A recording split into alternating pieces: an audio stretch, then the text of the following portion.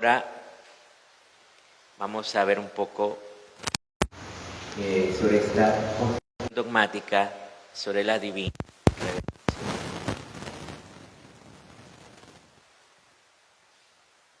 que es sobre la Sagrada Escritura.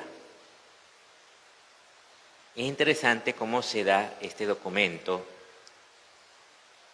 que fue un documento como muy difícil, ¿verdad? Todos los documentos del concilio, primero se hacía una consulta universal, después había una redacción, y esta redacción era lo que se proponía a los padres conciliares. Padres conciliares eran generalmente pues, los obispos convocados que llegaban con unos asistentes. Cada uno podía tener su propio asistente, teólogo, que era un teólogo, pues. Y cuando se leyó el documento por primera vez, empezaron a haber una cantidad de objeciones al documento. Y entonces el debate duró varios meses, hasta que al final se hizo una votación y se preguntó, ¿realmente vamos a continuar con este documento? ¿Cambiamos a otro?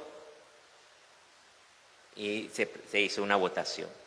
En la votación tenía que lograrse 2/3 para que se quitara el documento, y no se logró. No se lograron los 2/3. ¿Cuál era el punto? El punto era que era como muy estático lo que se decía, ¿verdad? Estrictamente era como un sentido apologético frente a lo que decían los protestantes contra la Sagrada Escritura, ¿verdad? Que ellos tienen su forma de pensar de sola Escritura. Entonces, como no se llegó a un consenso, Juan XXIII fue el que tomó la decisión. Bueno, lo quitamos y empezamos de nuevo. Fue directamente el Papa el que tomó la decisión, porque la diferencia era muy poca para llegar a los 2/3. Entonces, este nuevo documento nos va a hablar de una serie de cosas. Para comprender un poco, primero voy a dar como una explicación de cómo se formó la Escritura. Es necesario comprender cuál es la diferencia entre palabra de Dios y Escritura. Porque sucede que lo primero que hubo fue un acontecimiento. Y el acontecimiento es que Dios se reveló. Dios habló y actuó sobre todo. Hizo una historia de salvación, hizo una alianza con Abraham, rescató a los israelitas de la esclavitud en Egipto, hizo una alianza con ellos en el monte Sinaí, donde les entregó las tablas de la ley, los introdujo en la tierra prometida, después nombró reyes, Saúl, después David, ¿verdad? Pero fíjense que en todo esa primera parte, de todo lo que venía sucediendo, de todo lo que venía Dios actuando, no se había escrito nada. No se había escrito nada. Incluso había rituales, había fiestas, por ejemplo, la fiesta de la cosecha, en la cual los israelitas decían como una profesión de fe: mi padre fue un arameo errante y Dios lo sacó de Ur de los Caldeos, lo condujo y le dio el hijo que él quería, y empezaban a hablar todo eso. Sin embargo, no estaba escrito, lo decían oralmente. Todas las fiestas eran de forma oral. Entonces, ¿cuándo se empieza a escribir? Se empieza a escribir, parece ser, en la época del rey David. En la época del rey David, entonces se empiezan a escribir, por ejemplo, los salmos, ¿verdad? Estos salmos son introducidos en la biblioteca del palacio, ¿verdad? Como a David le gustaba mucho componer y cantarle a Dios, entonces iban guardando ahí los salmos. Después se empezó a escribir un poco esas antiguas tradiciones, que eran orales, todo se decía oralmente. En la fiesta, por ejemplo, de la Pascua, se hablaba a los niños todo lo que Dios había hecho en favor de su pueblo. Pero ya después del rey David se empiezan a escribir algunas cosas, y solo hasta que ya regresan del destierro, ya se empieza a consolidar todo el cuerpo de lo que se iba a llamar, por ejemplo, la Torá, los primeros libros de la Biblia, los libros proféticos, los libros históricos, que ellos no llaman históricos, sino todos son proféticos para él, la ley y los profetas. Entonces, esa es la manera. Primero es la palabra de Dios y después la escritura. Y la palabra de Dios es mucho más grande que la escritura. Lo mismo sucede en el Nuevo Testamento. Con el Nuevo Testamento sucede que viene Cristo, Él se encarna en el seno de María, después Él crece, empieza su misión, su ministerio público, y Él muere en la cruz, resucita y envía a los apóstoles a evangelizar. Los apóstoles, cuando van a evangelizar, llevan los rollos del Antiguo Testamento. Recuerden que no existían libros, sino rollos. Ellos llevan los rollos del Antiguo Testamento. Y cuando hablan de la Sagrada Escritura, por ejemplo, cuando dice San Pablo, toda escritura es buena para arguir, para esto, se está refiriendo al Antiguo Testamento, a esa escritura. Porque hasta después vienen los primeros escritos. Uno de los primeros escritos parece que son las cartas de San Pablo. Después viene el Evangelio de San Marcos, que San Marcos parece ser que él escuchó a Pablo, escuchó a Pedro, y ahí de lo que él escuchaba, él iba copiando. Porque Marcos no fue un testigo directo, lo mismo Lucas. Lucas, él dice, yo investigué para poder escribir. Eso lo dice él al inicio, no sé si al final del Evangelio lo dice. Yo estuve investigando y esto es lo que he encontrado y he puesto por escrito. Mateo no explica, simplemente él va contando todo.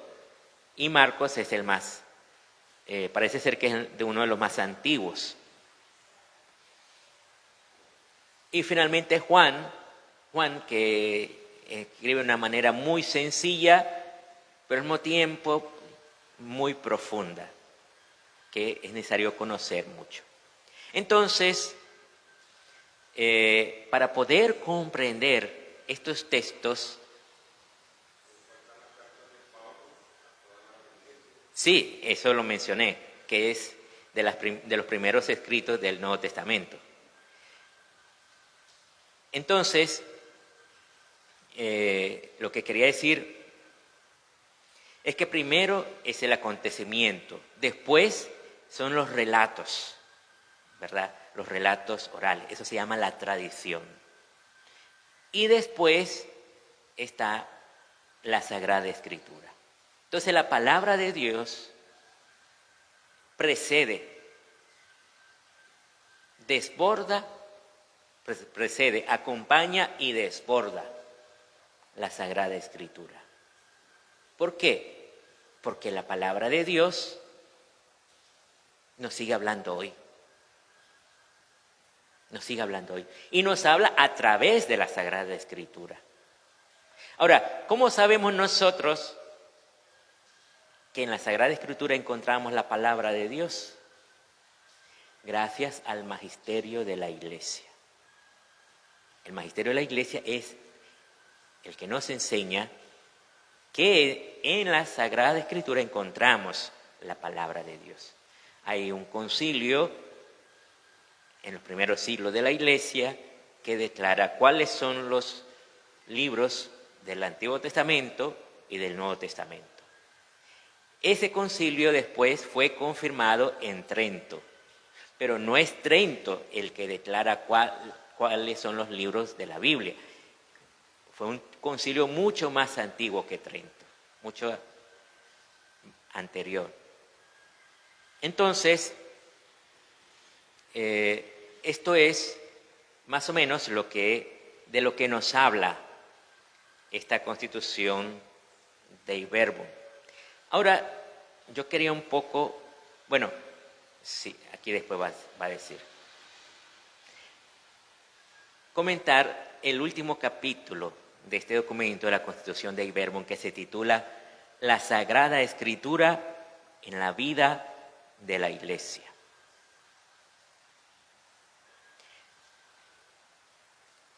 Nos viene diciendo este documento que fue aprobado por los padres conciliares y el Papa Pablo VI, dice así. En primer lugar, la veneración por la Escritura. La Iglesia siempre ha venerado la Escritura como lo ha hecho con el cuerpo de Cristo. Fíjense, así como veneramos el cuerpo de Cristo, que lo ponemos en el altar, nos arrodillamos delante de Él, también ante la Sagrada Escritura la hemos venerado. Así. Por eso es que, no sé si ustedes se fijan, que cuando se va a leer el Evangelio se inciensa. Es porque veneramos, igual que veneramos el cuerpo de Cristo, veneramos la Sagrada Escritura. Pues sobre todo, en la Sagrada Liturgia nunca ha cesado de tomar y repartir a sus fieles el pan de vida que ofrece la mesa de la palabra de Dios y del cuerpo de Cristo. La Iglesia ha considerado siempre como suprema norma de su fe la Escritura unida a la tradición, ya que inspirada por Dios y escrita de una vez para siempre, nos transmite inmutablemente la palabra del mismo Dios. O sea, nuestra norma de fe no es la sola Escritura, como tienen las sectas, es la sola Escritura, no, sino la Escritura unida a la tradición. ¿Qué significa la tradición? Pues precisamente que es la Iglesia la que nos transmite lo que es propio de la fe. Dice, ya que inspirada por Dios y escrita de una vez para siempre, nos transmite inmutablemente la palabra del mismo Dios. Muchas veces también la tradición ha quedado por escrito. Por ejemplo, los documentos de los padres de la Iglesia, donde hay muchos sermones, hay muchos escritos que explican sobre la fe, también se consideran tradición. Entonces hay una parte de la tradición que también está escrita. Y en las palabras de los apóstoles, los profetas, hace resonar la voz del Espíritu Santo. Por tanto, toda la predicación de la Iglesia, como toda la religión cristiana, se ha de alimentar y regir con la Sagrada Escritura. En los libros sagrados, el Padre que está en el cielo sale amorosamente al encuentro de sus hijos para conversar con ellos. Y es tan grande el poder y la fuerza de la palabra de Dios que constituye sustento y vigor de la Iglesia, firmeza de la fe para sus hijos, alimento del alma, fuente límpida y perenne de vida espiritual. Por eso se aplican a la Escritura de modo especial aquellas palabras. La palabra de Dios es viva y enérgica, puede edificar y dar la herencia a todos los consagrados. Entonces dice, habla sobre las tradiciones bien cuidadas. Los fieles han de tener fácil acceso a la Sagrada Escritura. Por eso la Iglesia del principio hizo suya la traducción del Antiguo Testamento llamada de los 70. Y siempre ha honrado las demás traducciones orientales y latinas. Y entre estas, la Vulgata. La traducción de los 70 es una traducción hecha por unos sabios israelitas que la tradujeron todo lo que es el Antiguo Testamento al griego, ¿verdad? Entonces, y se sabe, los estudiosos del Nuevo Testamento han visto que en casi todas las citas del Nuevo Testamento, tanto de los Evangelios como de San Pablo, se cita es la versión de los 70. O sea, no se cita la versión hebrea de la Biblia, sino la versión griega de la Biblia. Recuerden que el Nuevo Testamento fue escrito en griego. Por eso el griego también es una lengua sagrada para nosotros en la Biblia, porque es de la Sagrada Escritura también. Entonces, dice, y entre esta la Vulgata. La Vulgata fue la primera traducción que se hizo a la lengua que entendían todos, que era el latín en aquella época. En aquella época en el Imperio Romano, todo el pueblo hablaba latín. Es verdad que había un latín que era como más elevado, que estaba en los escritos, que conocían las personas que estudiaban más, pero ese era mínimo de gente que la hablaba. La mayoría de la gente hablaba lo que se decía el latín vulgar, pero no vulgar porque dijeran malas palabras, sino vulgar porque era del vulgo. Vulgo significa pueblo en latín. Era lo que hablaba todo el mundo. Y la Vulgata fue traducida a este idioma y además se conoce como Vulgata porque fue divulgada, fue dada a conocer. Pero como la palabra de Dios tiene que estar disponible en todas las edades, o sea, en todas las épocas, la Iglesia procura con cuidado materno que se hagan traducciones exactas y adaptadas en diversas lenguas, sobre todo partiendo de los textos originales. Si se ofrece la ocasión de realizar dichas traducciones en colaboración con los hermanos separados, contando con la aprobación eclesiástica, las podrán usar todos los cristianos. Actualmente, si usted le pregunta a cualquier biblista, incluso algunos biblistas protestantes reconocen que la mejor traducción actual es la Biblia de Jerusalén, como traducción y sus comentarios, sus notas a pie de página. Existe una Biblia que se hizo en conjunción con los hermanos separados que menciona aquí, que la Dios habla hoy, que la idea era que se pudiera leer tanto en la Iglesia Católica como en las iglesias separadas. Pero al final ellos siguen con su Reina Valera y solamente los católicos usamos la Dios habla hoy. Entonces, esa es la realidad. Pero la más recomendada es la Biblia de Jerusalén. Entonces, me salto aquí un par de cosas. Habla de los deberes de los exegetas y de los teólogos, sobre la escritura y la teología. Y vamos a ver sobre la lectura asidua de la escritura. Por eso todos los clérigos, especialmente los sacerdotes, diáconos y catequistas, dedicados por oficio al ministerio de la palabra, han de leer y estudiar asiduamente la escritura. Porque anteriormente había dicho, la Sagrada Escritura contiene la palabra de Dios, en cuanto inspirada es realmente palabra de Dios. Por eso la escritura es el alma de la teología. El ministerio de la palabra, que incluye la predicación pastoral, la catequesis, toda la instrucción cristiana, y en puesto privilegiado la homilía, recibe de la palabra de la escritura un alimento saludable y por ella da frutos de santidad. Le cuento que últimamente,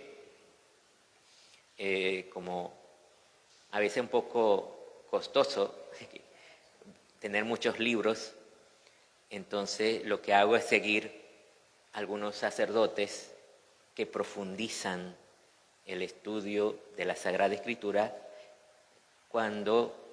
para cada evangelio de los domingos.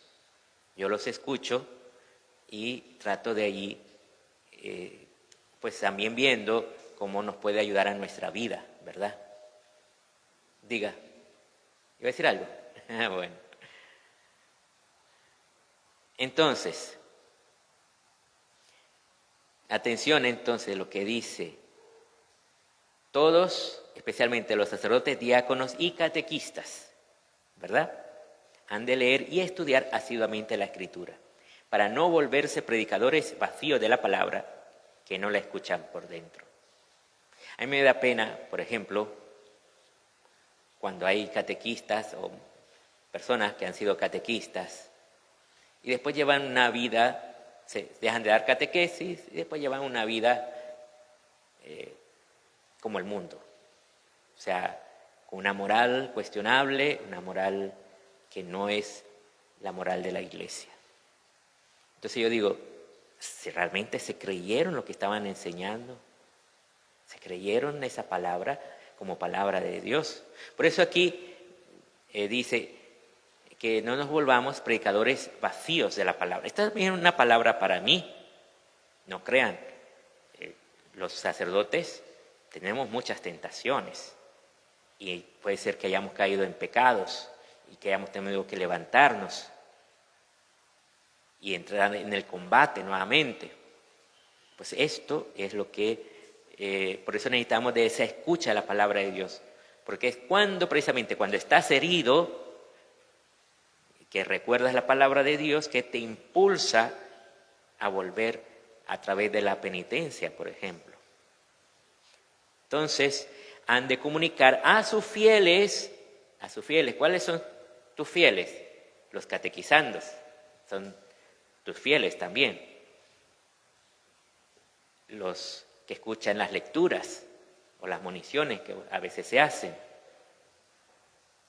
Entonces, han de comunicar a sus fieles, sobre todo en los actos litúrgicos, las riquezas de la palabra de Dios. El Santo Sínodo recomienda insistentemente a todos los fieles, especialmente a los religiosos, la lectura asidua de la Escritura, para que adquieran la ciencia suprema de Jesucristo, pues desconocer la Escritura es desconocer a Cristo. Nos decía el rector del seminario que yo estuve en Medellín, padre Rino Rossi, un italiano, nos decía que cuando hay un contacto continuo con la Escritura, te nace dentro como un Cristo parlante, o sea que Cristo te habla ante las situaciones. Por ejemplo, si tienes un problema, una dificultad, una situación X, te viene a la memoria esas palabras que has visto en la Escritura. ¿Por qué? Porque continuamente las has estado leyendo. Y es Cristo que te está hablando allí.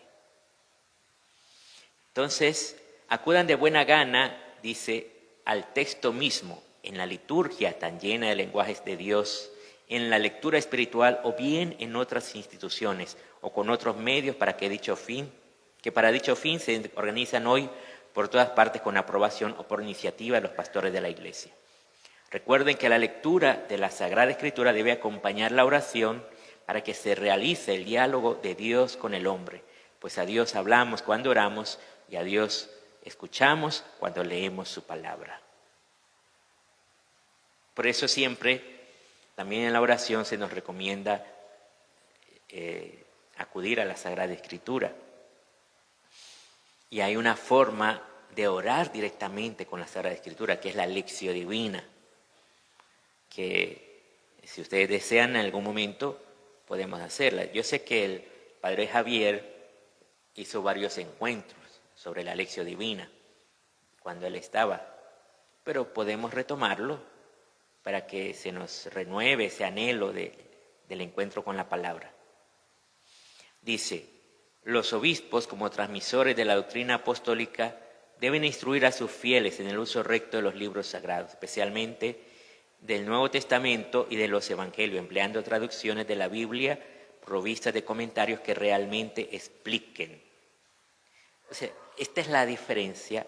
Si ustedes se fijan, entre una Biblia católica y una Biblia no católica, toda Biblia católica trae comentarios, siempre traen comentarios, una nota a pie de página o algunos textos paralelos, marginales.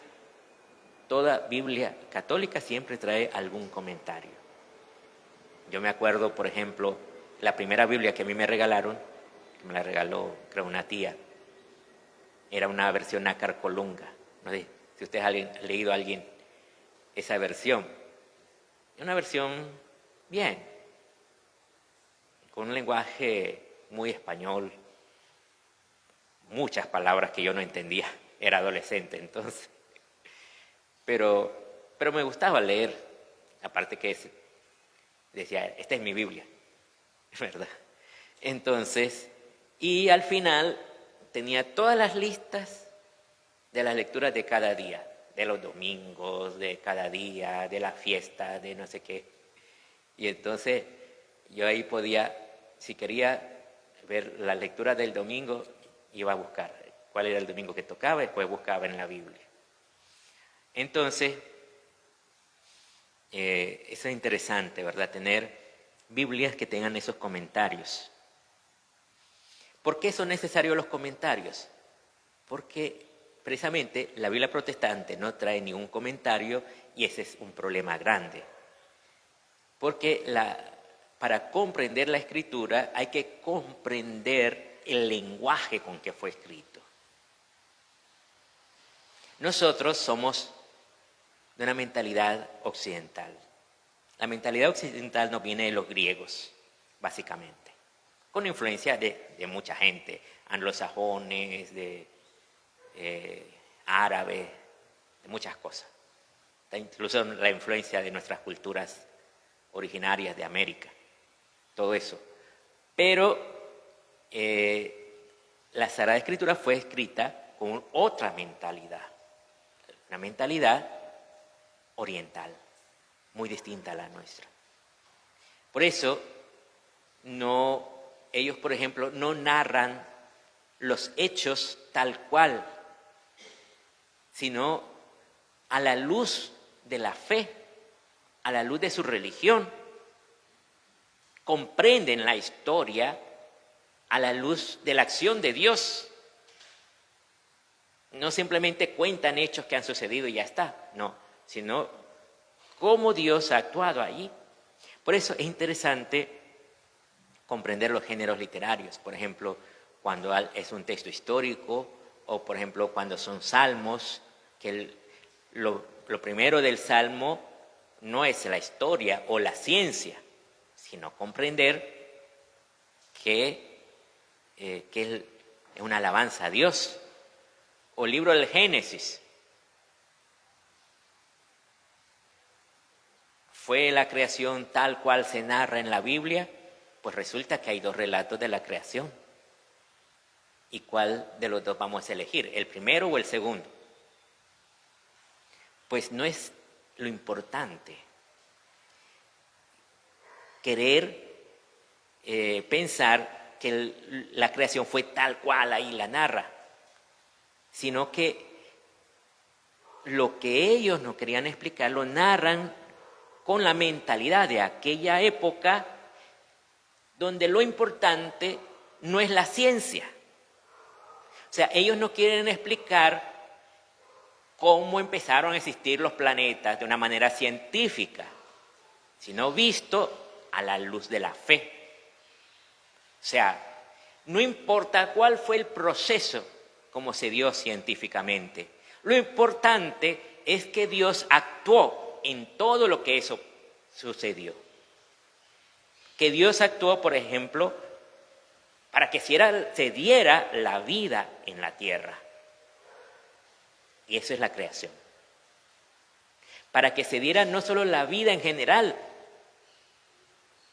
sino esta vida humana que somos nosotros. Que Dios la creó por amor a nosotros. Por ejemplo, en el Génesis te encuentras que cuando Dios ve al hombre que está solo, han puesto nombre a todos los animales y a todo, pero está solo. Y Dios dice, no es bueno que el hombre esté solo. Nosotros nos damos cuenta. La soledad es una cosa tremenda y dura si no la sabes vivir. Entonces Dios dice, no es bueno que el hombre esté solo.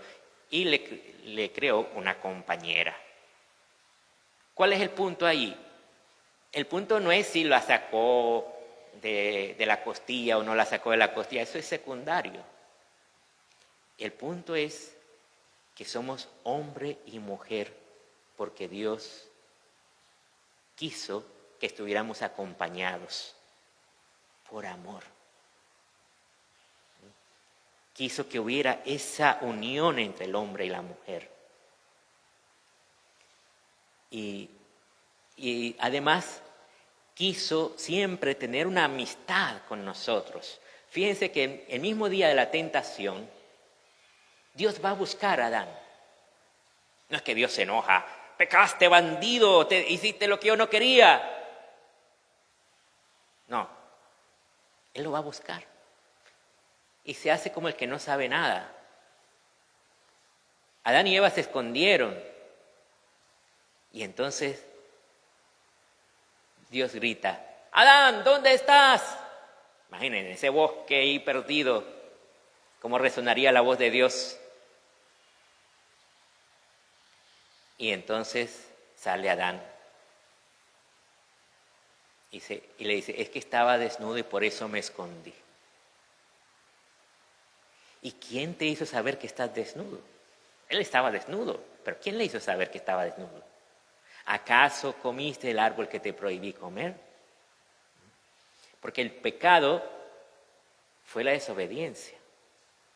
Ese fue el pecado, la desobediencia. Desobedecieron a Dios. Pero la consecuencia no es que Dios le mandó el castigo. La consecuencia fue inmediata. ¿Qué fue lo primero que sucede? Cuando Dios le pregunta, ¿acaso comiste el árbol que te prohibí comer? Inmediatamente Adán dice, no, lo que pasa es que la mujer que vos me diste, Eva, ella me hizo pecar. Como si la culpa es del otro. O de la otra, mejor dicho. Pero, o sea, eso es consecuencia del pecado. Como cuando yo rompo con Dios, ya no puedo amar al hermano. Inmediatamente veo al otro como enemigo. Surge el egoísmo. Pero Dios no nos abandona. Dios profetiza, la descendencia de la mujer va a pisar la cabeza de la serpiente que había tentado a Eva.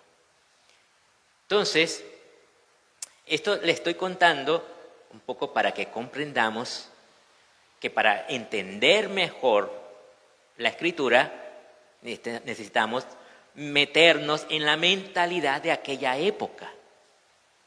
Si lo queremos comprender con la mentalidad de hoy, nos parece como un cuentecito chino, que nada que ver conmigo. ¿Y a mí qué me importa si Adán y Eva pecaron? Yo tengo otros problemas que hacer. No, pues eso te toca a tu vida también, te habla a tu vida. Entonces, eso es lo que está diciendo aquí. Que de este modo, por la lectura y estudio de los libros sagrados, se difunda y brille la palabra de Dios, que el tesoro de la revelación encomendado a la Iglesia vaya llenando el corazón de los hombres. Y como la vida de la Iglesia se desarrolla por la participación asidua del misterio eucarístico, así es de esperar que recibirá nuevo impulso de vida espiritual con la redoblada devoción a la palabra de Dios, que dura para siempre. Bien, cierto que estos textos son un poco difíciles. Tal vez hay unos textos que nos pueden ayudar a comprender mejor. Está, por ejemplo, el texto de la carta creo que es apostólica o exhortación o sinodal del Papa Benedicto XVI, Verbum Domini. Hace unos años la estuvimos estudiando aquí en la parroquia, cuando salió. La Verbum Domini retoma lo que era esto de la Dei Verbum y lo explica para nosotros. Entonces, si ustedes quieren comprender mejor esta Dei Verbum, pueden leer la Verbum Domini del Papa Benedicto XVI. Es mucho más largo, obviamente, pero nos habla, sobre todo, insiste a que oremos con la Sagrada Escritura, y nos invita a orar, por ejemplo, con esto de la lección divina.